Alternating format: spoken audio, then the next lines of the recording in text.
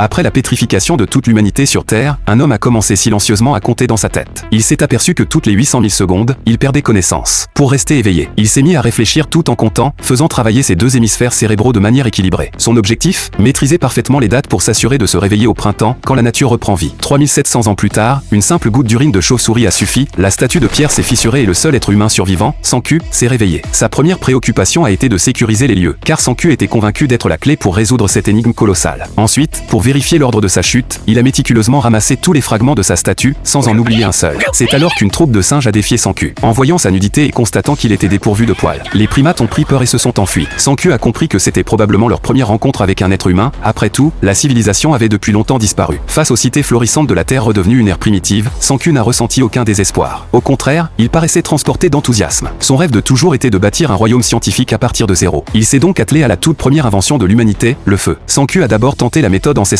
du frottement de bois, mais n'étant pas très doué pour les tâches physiques. Il s'est vite épuisé. Il a alors changé d'approche, d'abord taillé la pierre. Il a façonné une hache rudimentaire, qu'il a utilisée pour couper des lianes. Après avoir tressé ces lianes en cordes et les avoir combinées à un bâton, voilà qu'une perceuse artisanale était née. Grâce à cet outil, faire du feu par friction est devenu un jeu d'enfant. Les singes, piqués par la curiosité, l'observaient sans le quitter des yeux. L'instant d'après, Sanku avait réussi à allumer son feu de camp. Au cours des jours suivants, Sanku a collecté du bois pour construire un abri et fabriquer des pièges pour capturer des animaux. Quand il est repassé près de l'habitat des singes, ces derniers ont été stupéfaits de constater que ce singe sans poil n'était plus nu, mais vêtu d'habits. Cependant, cette vie l'épuisait terriblement. Il avait un besoin urgent d'un compagnon, et son premier choix se portait naturellement sur son meilleur ami, Taiju.